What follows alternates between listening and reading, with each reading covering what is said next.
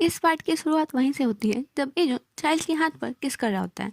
तब चाइल्ड हड़बड़ा कर उसे डांटने ही वाली होती है कि इजुन अपने वैम्पायर वाले दांतों से चाइल्ड के हाथ पे बाइट कर लेता है। तब चाइल्ड पूछती है कि क्या तुम कहीं भी काटो तो ये काम करेगा। तो वो कहता है कि हाँ, ये कहीं भी काम करता है। तो चाइल्ड कहती है कि पागल आदमी, फिर तूने हमेशा मेरे गर्दन पे ही क्यों काटा।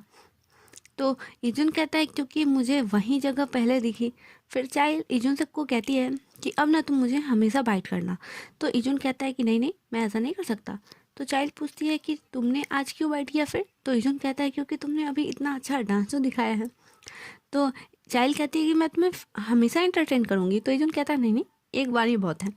फिर चाइल्ड इजुन की स्तुति करने लगती है, पर फिर भी इजुन नहीं मानता और फिर सीन शिफ्ट होता है और चाइल्ड पार्टी में सबसे बात करके बाहर आ जाती है, लेकिन वहाँ उसे कैब नहीं मिल रही होती।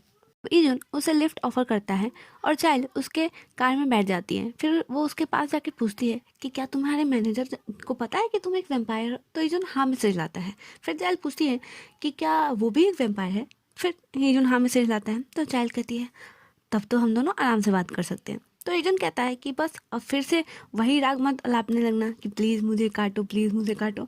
तो चाइल्ड कहती है कि लेकिन मैं तो यही चाहती हूँ, मेरी यही तमन्ना, ख्वाहिश और अभिलाषा है। तो एजन कहता है कि मेरा बाइट करना बस एक टेम्पररी सॉल्यूशन है, तुम्हें ये डॉक्टर से दिखाना चाहिए। तो चाइल्ड कहती है कि मुझसे जो कुछ भी हो सकता था मैंने सब कर लिया, पर कुछ भी असर नहीं हो रहा।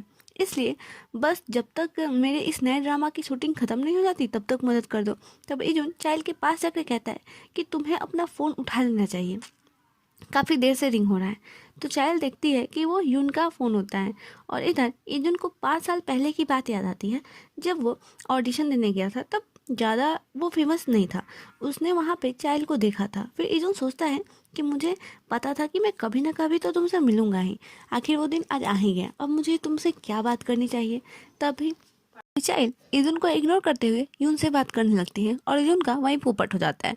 फिर ये बेचारा अपनी बची खुची थोड़ी सी इज्जत को समेट कर रेस्टरूम में जाता है, जहाँ यून के दोस्त चाइल्ड के बारे में यून से पूछते हैं कि क्या तुम चाइल्ड को डेट करोगे। तब यून मना कर देता है और उसके दोस्त चाइल्ड की इंसल्ट करने लगते हैं। तभी से इजुन ने यून को अपने रडार पर रखा है और उसने कभी भी उसे सीधे मुंह बात तक भी नहीं की। फिर सीन प्रेजेंट में आता है और चाइल्ड यून का कॉल नहीं उठाती है।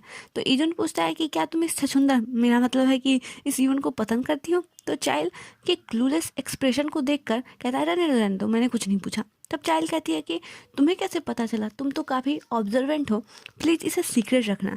दरअसल यून ने मेरे मुश्किल वक्त में मेरा काफ़ी साथ दिया है, इसलिए मैं उसके लिए ग्रेटिट्यूड रखती थी, पर पता नहीं कब वो ग्रेटिट्यूड फीलिंग्स में चेंज हो गई।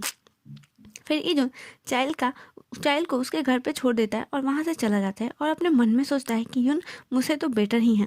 फिर सनसेट होता है और चाइल्ड को एक मस्त से रेस्टोरेंट के सामने खड़ा दिखाया जाता है, जहाँ वो यून से मिलने आई थी क्योंकि यून ने उससे डिनर करने के लिए इनवाइट किया था। तभी एक मत सा चीकने चमकीले थोबड़े वाला लड़का वहाँ पे आके खड़ा हो जाता है चाइल्ड के सामने और ये एपिसोड वहीं पे ख़त्म हो जाता है। तो stay tuned and thank you for watching.